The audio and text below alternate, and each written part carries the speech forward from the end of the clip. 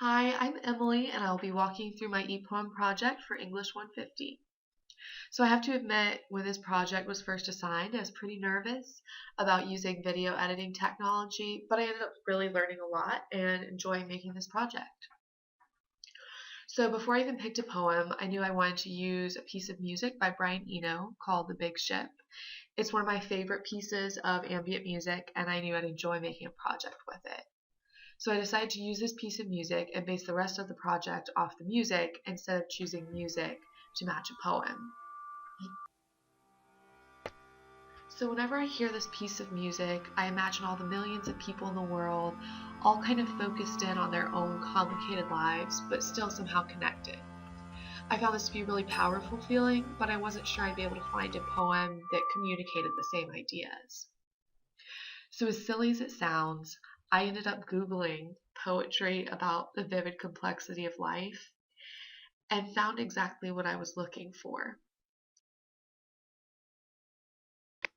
So now that I'd picked out music and a poem, I started focusing in on the visuals. I actually found all of my footage on Vimeo.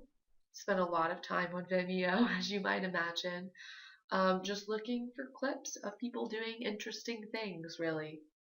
So I just wanted the viewer to get a glimpse of people absorbed in living their own lives.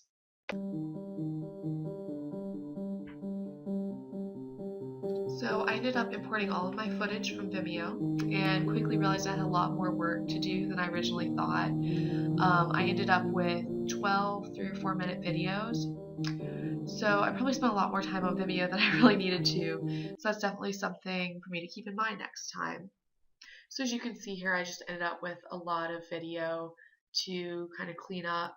So I think streamlining that visual portion would make things a lot easier for me in the future. But I did end up with some good clips that I just pieced together into what became the final project. So once I had everything put together the way I wanted it, I did try using the fading tool here under transitions. But once I saw what that actually looked like, I decided I didn't really like that effect.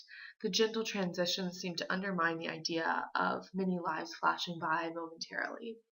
Also, there were just so many scene changes that fading transitions seemed kind of awkward and interrupted the flow of the piece, really. So I decided to cut the smooth transitions and just let the scenes flash by kind of abruptly. So I thought the moving text seemed kind of distracting too. When I was looking at other e-poems online, I felt like I missed a lot of the visuals while I was chasing words across the screen. So especially because many of the scenes I used were so busy, I decided to leave the text still. This way the viewer could really appreciate what was happening on the screen. So unfortunately, I didn't end up using a lot of the many interesting effects that I thought I would. I did notice some neat techniques when I was looking at my classmates' poems, so maybe that's something I can think more about during the revision process. So overall, though, I ended up being really pleased with the way my video turned out. It could definitely use improvement, so I'm hoping to get some good feedback on ways I might revise. So that's about it. I hope you enjoyed my e-poem. I enjoyed making it.